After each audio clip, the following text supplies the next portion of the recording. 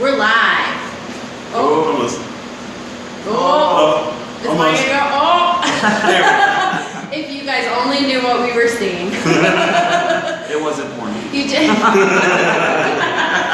What was it? No, it wasn't. You just get the reactions we have, but everything goes crazy all of a sudden as soon as we go live.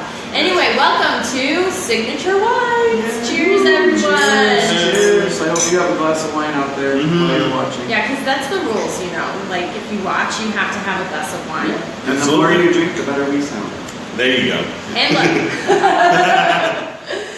So, today's topic is Condos. condos. What about condos? You know, if anyone has any questions, oh, I have to go on my, are you guys on your phone? Yeah. I'm Yes. Get with it. on it. Oh, there we are. Wait, but that's TJ. There we go. Take it So over. TJ's, or I'm sorry, Jenny's going to find herself. She's digging deep. It's been a process. Can I just tell you? So while she's doing that, I'll do her little intro. So today we're going to talk about buying condos. And buying condo seems like you're buying a house, but you're really not. You're buying a condo, and it is different. So there are important questions that you should ask. Ask your realtor, ask the condo, ask the association, and we're going to go over some of those questions. So TJ, I think what's your first question? The very first question you need to ask yourself is how much are the association dues? Are they paid annually, quarterly, monthly? Because that's going to affect your new baseline for your mortgage payment. And so, in addition to how much they are, you need to know what they cover. So, each condo association is probably a little bit different. I think there's pretty common themes. Sometimes it'll cover exterior maintenance, the entrance to the community. Sometimes it will add water and sewer and trash and those kinds of things. Snow plowing, all of those things that as a standalone homeowner that you would have to pay for or do. Sometimes those are collected as part of your homeowner association. But it's important to understand when you're paying that, what are you paying for? So if it's $200, $300, $400, and in some cases more per month. And along with that, what extra amenities are you getting? So is there a gym or a fitness facility? Is there a swimming pool? Is there a clubhouse? What sort of little extras are you getting for your money? Yes. So,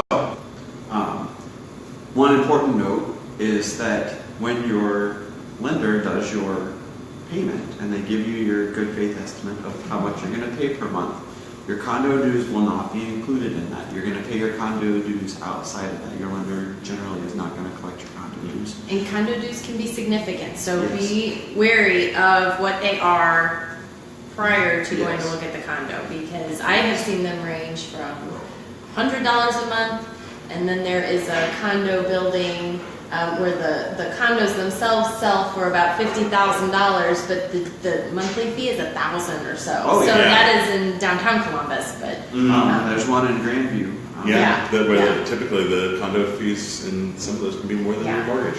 so it can be a significant increase. Yes. But that's usually listed in the MLS for us to see. It should be anyway. So if it isn't on the information you're receiving from your agent, at least ask, because it should be there. And oftentimes too, lenders will take that into consideration as well with your mortgage payment. If they're aware that you're going to be looking at condos, they will give you an idea of what you can afford with that, because that factors into then your loan amount too, doesn't it? Absolutely. It's gonna, what you can borrow. it's going to affect how much you can afford, and your lender is certainly going to want to know that, and it's going to impact how much money you can borrow. So it is an important factor to take into account. And while we're talking affordability, you need to realize that there may be a transfer fee.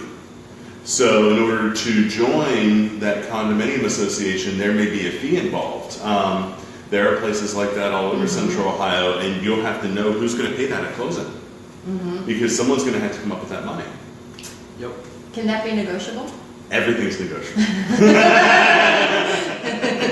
Keep in mind, in this market, it's a seller's market generally. Condos, sometimes you can have a little bit more flexibility.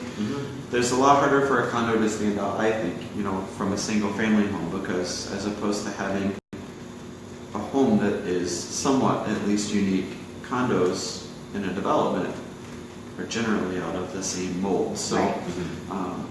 depends on the health of the condo, the community. So I think that comes back. But it is, everything's negotiable. Who's going to pay? If a seller is more motivated to sell their condo, you may be able to get them to pay your transfer fees or even a certain number of months of the condo dues up front for you. So, but those things are something to talk about with your realtor and whether or not it's appropriate for your situation. Also be wary of the fact that those fees go up. Yes. My friend Andrew Widows mentioned this morning when we were talking about Wine Wednesday and what the topic was. Be sure to mention that because that is a very important thing. When there are repairs done to the community or just in general, if would you call it the health of the COA, those fees can increase at any point too. So, and there's no way of knowing how much those will. Which leads into the important question.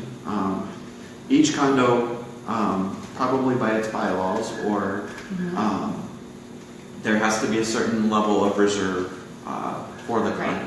So when they collect your dues, ideally they're not spending 100% of the dollars you're putting in there. Just like as a homeowner, if you have to replace the roof or the windows or pave your driveway, those are significant costs. So your association should be building in money that goes into a reserve so that when those big repairs comes up, they've got money to cover it. Now, does that always happen? No. There is a homeowners association for a resort community southeast of here, and they had to do a major dam repair. And that was something that was not foreseeable. They didn't have the money in reserve, so they had to do a special assessment for every property owner. That special assessment was voted on by the residents in order to make that happen, but it wasn't there, so they had to tack on us an assessment. Surprise! And so, as a seller, the seller should disclose if there's an assessment, but it is a question that you should ask, because those things, they generally don't come out of nowhere. I mean, it can be months-long discussions amongst the association of, how much is going to, they're probably getting bids, they're going to figure out how much it's going to cost, and then how much per owner.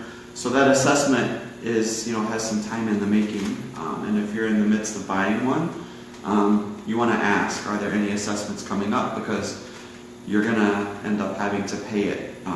And that's definitely part of the transaction that can affect the value that you pay. So make sure to ask that question. So. When you're talking about the homeowners association, that brings up a good point.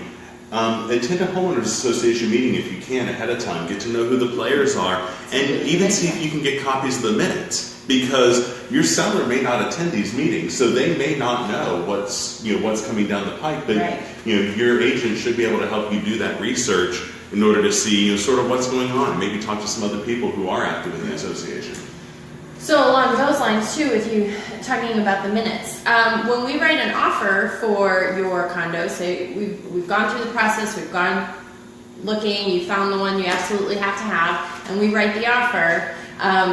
Good point, and I don't know that every agent does this, however I do, and I'm sure Wayne and TJ do as well, but there is a clause to be added asking for all the documents that go with the condo, meaning bylaws, minutes, the financial statements, the rules for the condo association, because there will be that. I mean, there is a whole slew of stuff that we can get and acquire for you from the COA. So minutes being one of them. Yes, and it's as readily accessible as they are. Depends on who's managing that community. Right. So if it's professionally managed, you're gonna have someone that's dedicated to managing just that. Well, not just that property. They're probably managing others, but you have someone that's been designated to manage it on behalf of the owners. There are also situations in smaller communities, or if you have like a fourplex, where the owners have probably elected a president who is the contact for the association. So finding out who that contact is and having a direct conversation with that contact is good. Don't rely solely on us as your realtor or the documents that you receive from the association. Actually talk to them, and you'll get a better sense in a conversation, and some will be more open with their words than others, but you need to be comfortable with this because you're buying more than a piece of property. You're buying into an association, and that association is equally as important as the property. And I think that's one of the main differences in buying a single family house. You're no longer relying just on you, you're relying on other people, and you know how it is when other people get involved. It's not as easy. So another difference with association, or not with condos, purchasing them when it comes to time to make the offer that you need to be aware of too, is that they don't all accept FHA or VA financing. Your agent should be aware of that in the listing, but it's always something to throws me off every time. Sorry. I'm trying to see who's on and if you're asking questions. Sorry. I'll tell my BFF Amy Long is on. Yes, she is. And hi, cheers, Sarah. Amy. Cheers, Amy. Cheers, everyone watching. Cheers, Charlene and Michelle. After that little break. But anyway, so not all financing is acceptable for that, and the reason being, and please, any lenders watching, chime in on this in case I get it wrong, but there is oftentimes a rental scenario going on in condos. People buy the condos and then rent them out, and if there's a certain amount of rentals, then the VA and FHA won't actually finance in there. So. Yep. So that's a good point. And there are programs. Condos, after the 2007-2008 collapse of the mortgage market and the economy, a lot of things with condos changed, in particular, and I think a lot of it came out of South Florida. Mm-hmm. Huge condo market, huge condo developments that, people putting $100,000 deposits down and walking away from their deposit because they were going to lose less money that way than if they actually went through the purchase. So the FHA said, whoa, we need to back up here, and we're going to have to put some rules in place. Yeah. Those things are starting to loosen now that the market has gotten better, and I think that a lot of things were learned during that time. And there are programs out there to get you financed, but there are communities, as Jenny was saying, that are FHA approved. And if it's FHA approved, then you can get an FHA loan in that community. Just because you can't do an FHA, there are some you're going to probably have to put more money down because FHA you can put as little as 3.5. But doing a loan that's not an FHA loan in a condo community that's technically a non-conforming loan or a portfolio loan, as I think a lender would call it, it's going to cost you probably at least 10% down. So it may preclude you from actually purchasing the condo that you want. So find out up front. Even before you go to the condo, your realtor can find out whether or not it's FHA approved, because that's the kind of loan you can get or that you want to get. That's going to be important. Yeah, it is important because you can't. Right. If they won't give you the loan. Right. But speaking of those rules, it's also important before you even put that offer in, get a copy of the condo association rules so that you can see if it's someplace that you would even be happy with living. I always tell people this because it's somewhat of a joke, but if the rules for the condominium or the homeowners association says that you can have no more than 2 pets totaling 40 pounds altogether, and you have 3 German Shepherds, that's not going to be a good fit for you. And you don't want to get to the point where you put in an offer and all of a sudden you realize you can't bring your precious dogs with you. Right.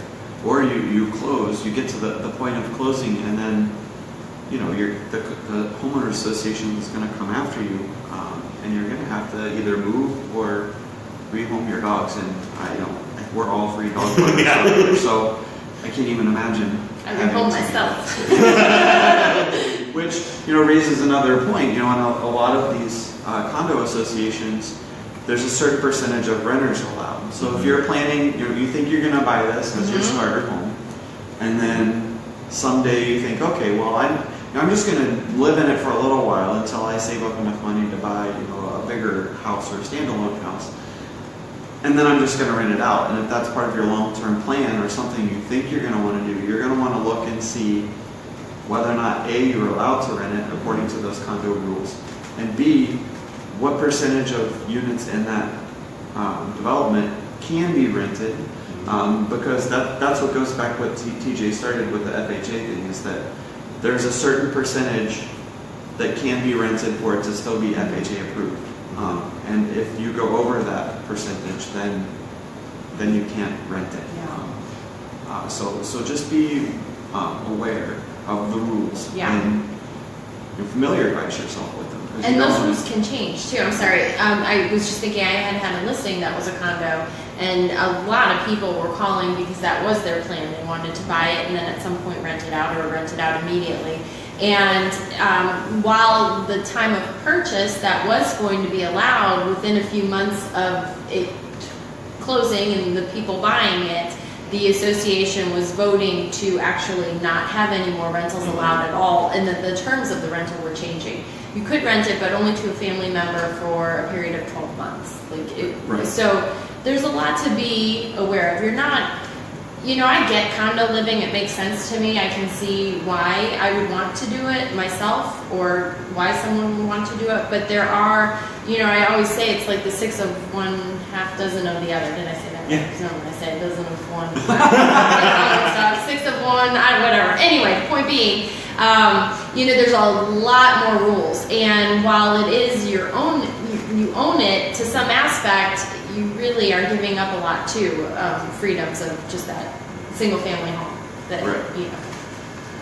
And let's talk about for a second, some of those benefits. Okay. Why you would want to. Mhm. Why would I want to Why live would you there? want to live in a condo? And me personally, I just sold and purchased a home and had strongly considered a condo. Mhm. And one of the reasons for me was I hated taking care of the yard. I didn't Right. want to do it anymore. And you don't have to. Mhm. Right. So you buy into a condo, and then a large percentage, if not most, if not all, are going to take care of your exterior. Mhm. So the siding, the lawn, the driveway, snow removal, all Ice. that stuff that you either like to do or you don't like to do, and I fell in the don't like to do category. So it makes sense. But I still bought a single family home. Yeah. I mean, go figure. But in any case, those are some of the benefits, and to me, that's highly desirable. But Mhm. I think that's one of the things that attracts people, because if you're not handy, owning a home requires maintenance. Mhm. Regardless of where you live, things are going to break. You're going to have to fix it, and it's going to cost money. Right. Do you want to be the one to be responsible for it, or are you okay paying the condo dues and then the condo takes care of it? And that's a question you need to ask yourself to determine. If you're a first-time home buyer, I think condos can be great for first-time Yeah, buyers. absolutely. So, Absolutely. Well, and I think too, they can bring with them a sense of community. Growing up in a small town, we definitely had that, and even over in my neighborhood now, it feels like very strong in the community. And you've got these neighbors, and you'll have a similar life and similar shared experiences. So it can bring with it that sense of stronger community, and that may be very desirable to you.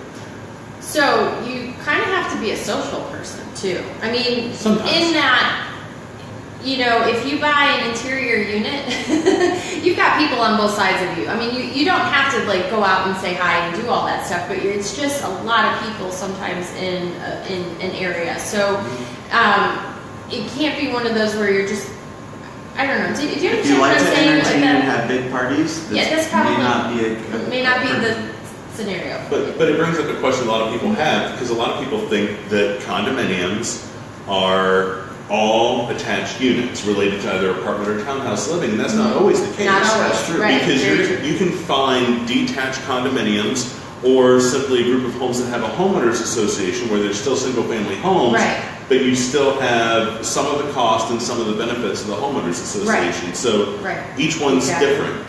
And there are some developers around town who are building these condos and in different parts of towns, in all different kinds of living environments. If you like to be more in an urban, dense population with walkability, there's some in the short North Victorian Village, Harrison West neighborhoods. Mhm. There's some in the suburbs, and there's a few developers in particular that are developing these standalone condos. And personally, I think they're beautiful. Absolutely they are. Right. And so if you've thought about single family, or you've really eliminated condos from what you've been considering,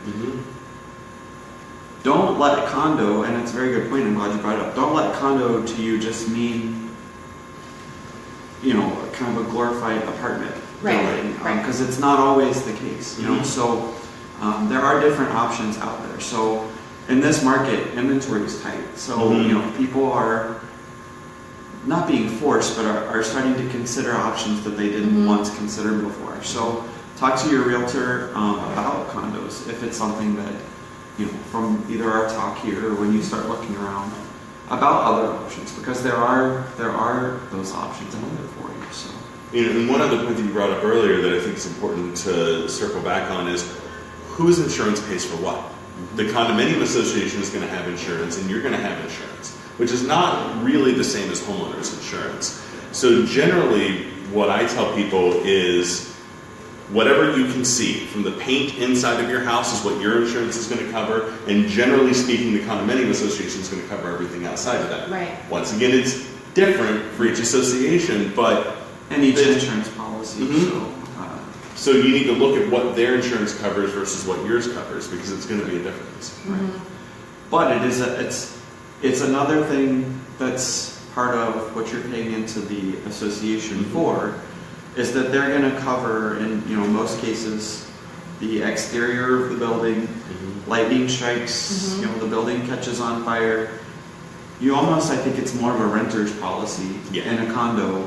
So your insurance, while it may not be half or whatever, your insurance will be a little bit cheaper in a condo because you are not paying in your policy directly to insure the structure. You're paying for more of your belongings, and like TJ said, drywall in kind of thing. And let's talk about ownership and ownership of a condo. So to that point, when you own a condo, what you technically own are air rights. You own from the walls in all the way up through the sky. So you own the air rights up directly through your unit, unless you live in a unit where they're stacked on top of each other. So in any case, you don't own the building. You're basically ownership share of the condo association. So there was a project that I was working on trying to reclaim for the Central High Development Corporation, Poindexter Towers. And that was 99 separate units. And in order to consolidate those, the Central High Community Improvement Corporation had to get 99 deeds because everyone owned a portion of that area in order to redevelop the property. Yep. Cheers, Kevin. We will have a class for you. He said, Kevin G, one of my friends said, have a class for me. I can do that. So we will. After this one. So that brings up a good point of who fixes what when you're living in there. I mean, that with the insurance, I mean, what are you responsible for as far as if something breaks or you put a hole in the drywall or if there's maintenance later? Yeah. And one of the big things is windows.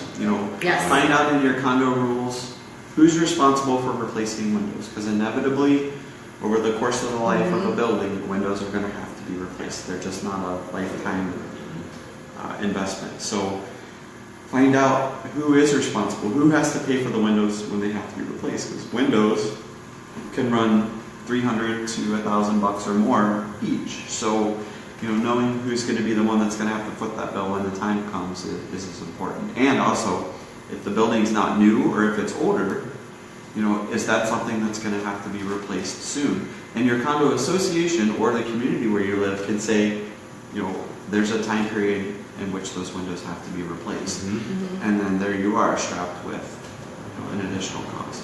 And I know all of this sounds scary. It sounds like there's more involved in it than there really is.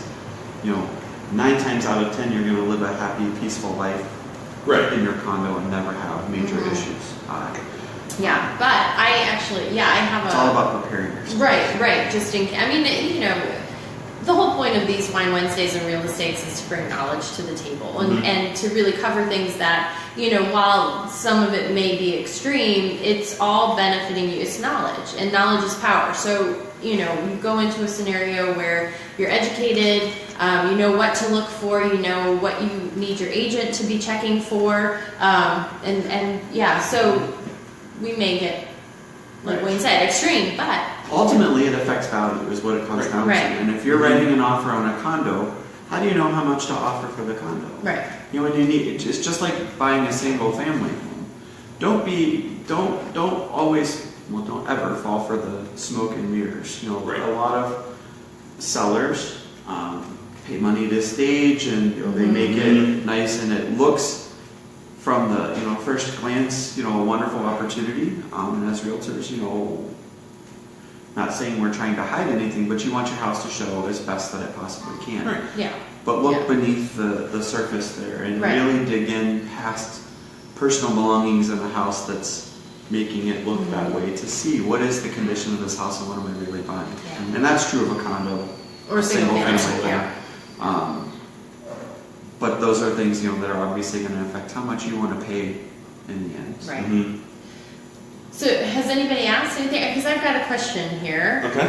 Michelle's asking, what's the deal with LC Community, the GOAT condos? Now, that is a rental community. Yes.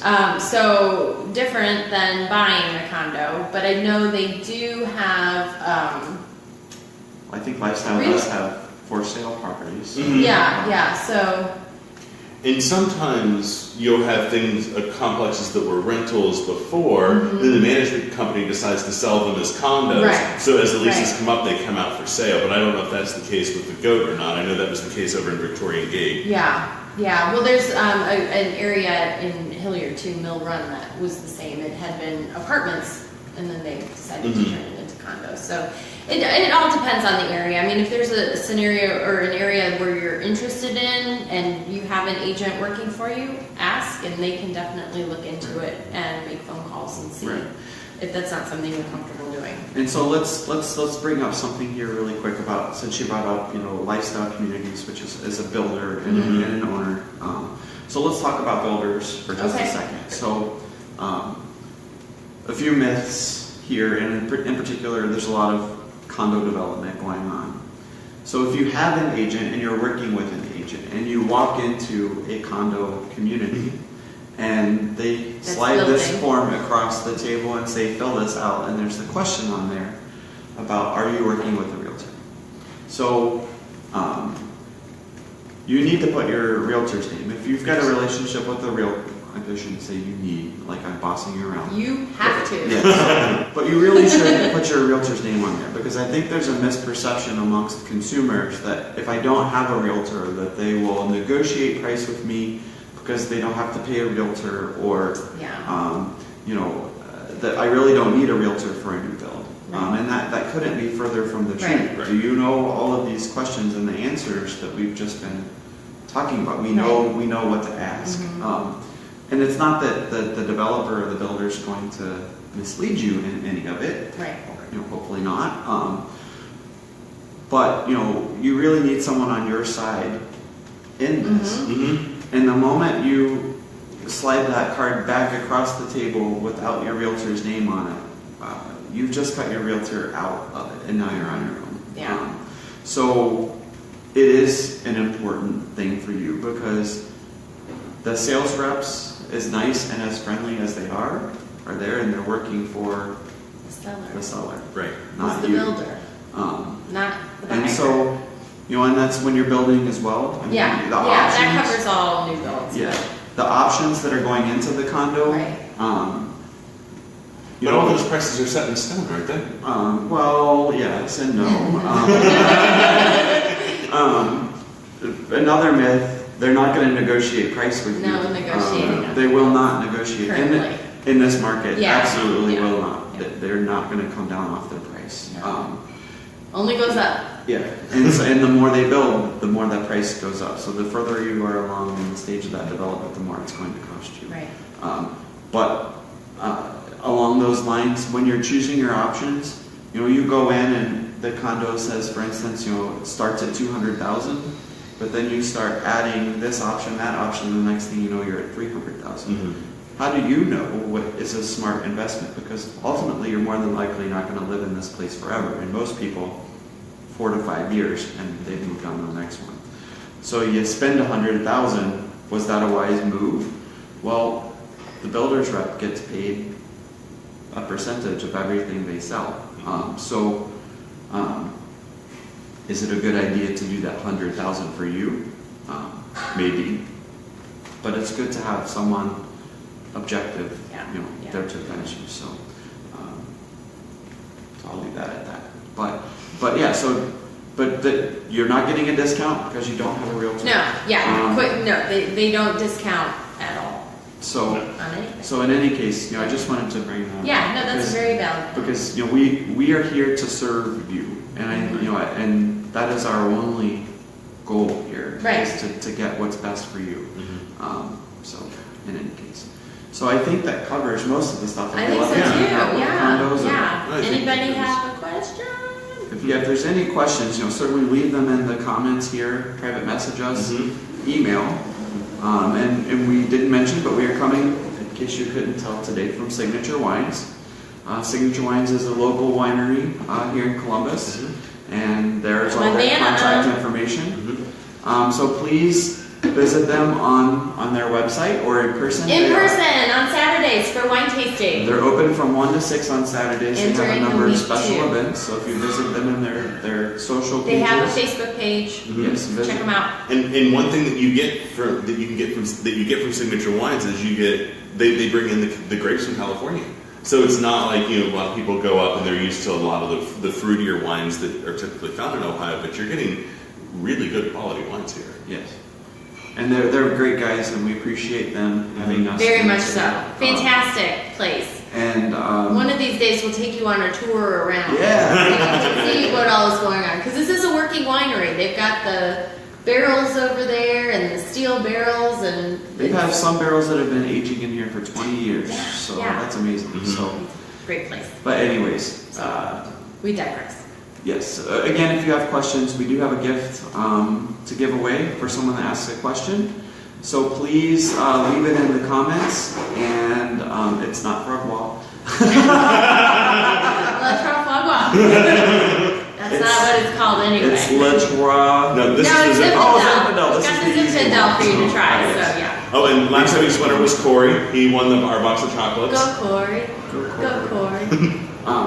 But anyways, thank you so much. We'll look forward to seeing you again next Wednesday. And until then, Hey, and here's an idea too. If you guys have any topics you want us to cover, Yes. feel free to reach out, Mhm. private message, text, yeah, let us know email. what your other topics you'd like to hear. We like to cover them. If you'd like to have us help you buy Yes. or sell too, feel free to reach out anytime.